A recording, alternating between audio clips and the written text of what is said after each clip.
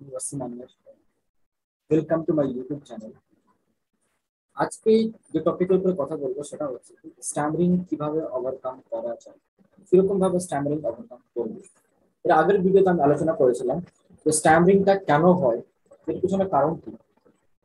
আজকে আমি ডিসকাস করব এর উপায় কি, এটাকে কিভাবে ঠিক করা যেতে পারে। অনেকে মনে করে যে স্ট্যামারিংটা বয়সের সঙ্গে সঙ্গে এটা ক্লিয়ার হয়ে যাবে, বাট অ্যাকচুয়ালি এটা ভুল হয় না। কোনো কোনো ক্ষেত্রে হয়ে যায় যদি তার কনফিডেন্স লেভেল আপ হয়ে যায়, তবে না হলে এটা অ্যাকচুয়ালি বয়সের সঙ্গে সঙ্গে এটা বেড়ে যায়।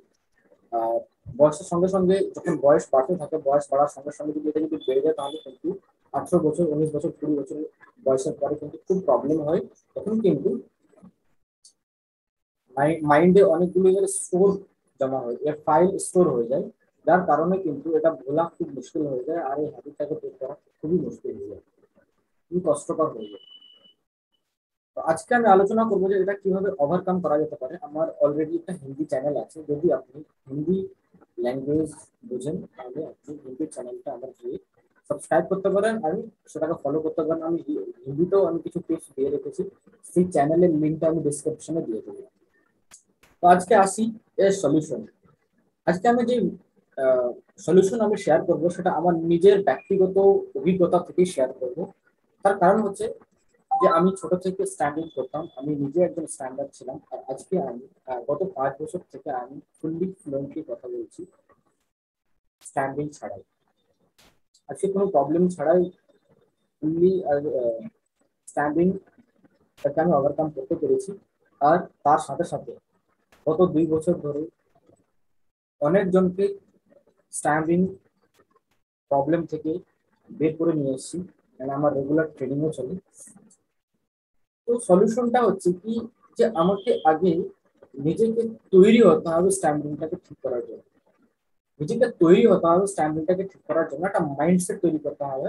এমনটা না যে ঠিক আছে দেখবো এর সলিউশন লিখে নেবো, তখন স্টার্ট করবো। আজকে এখনই একটা মাইন্ডসেট তৈরি করবো যে আমি স্ট্যান্ডিংটাকে ওভারকাম করবো, এই প্রবলেমটাকে আমি সলভ করবো, এই মাইন্ডসেট। আর আজকে থেকে আমি অ্যাকশন স্টার্ট করবো।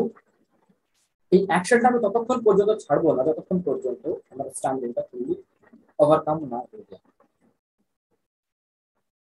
দেন তারপরে কিছু এক্সারসাইজ আছে, কিছু প্র্যাকটিস আছে, তা আমি কমন কিছু প্র্যাকটিস শেয়ার করবো, যেটা আপনার যে কোনো স্ট্যান্ডিং টাইপ হোক না কেন সেটাকে শুট করবে আর কাজে লাগবে। প্রথমে যে এক্সারসাইজটা আপনাকে আমি বলবো, যে প্র্যাকটিসটা আপনাকে আমি বলবো, সেটা হচ্ছে আপনার বডি আর আপনি নিজে রিল্যাক্স হয়ে যাবেন।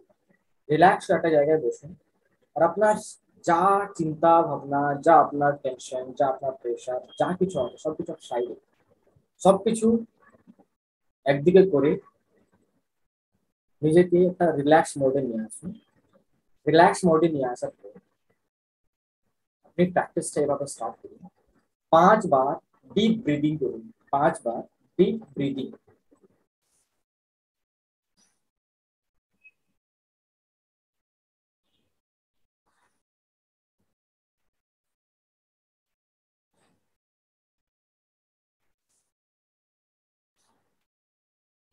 এইভাবে আপনি 5 বার ডিপ ব্রিদিং করার পর এবার প্র্যাকটিসটা স্টার্ট করতে হবে।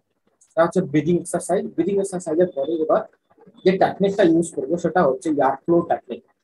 এয়ার ফ্লো টেকনিক হচ্ছে যে শ্বাস নিয়ে শ্বাসটাকে ছাড়ার সময় একটা থেকে দুইটা ওয়ার্ড আমি শ্বাসের সঙ্গে সঙ্গে বের করবো। আমি করেও দেখাচ্ছি, আপনি হুবহু এরকম ভাবে অ্যাপ্লিকেশনটাকে কপি করবেন। আমার নাম ওয়াসিম আনোয়ার, আমি ওয়েস্ট বেঙ্গল নর্থ দিনাজপুর থেকে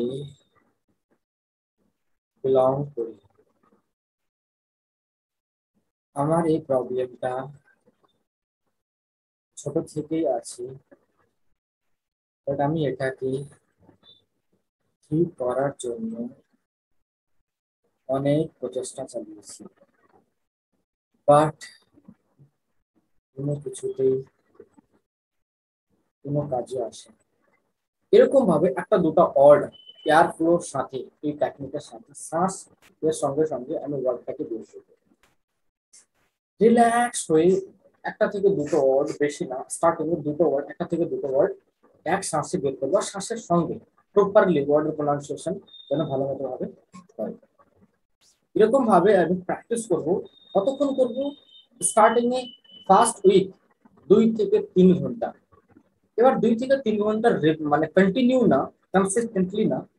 সকালবেলায় আপনি ধরুন 1 ঘন্টা করলেন, 1 ঘন্টা ওর মধ্যে আপনি 10 মিনিট, তারপর আবার কিছুটা থেমে আবার 10 মিনিট, আবার কিছুটা থেমে আবার 10 মিনিট, এরকম ভাবে করতে পারেন। স্টার্টিং এ একটু মাথা একটু উম, ঘুরতে পারে, বলতে একটু বডি বডি একটু ভাইব্রেশন করবে, বডি একটু ভাইব্রেট করবে, বাট তেমন কোনো নেই,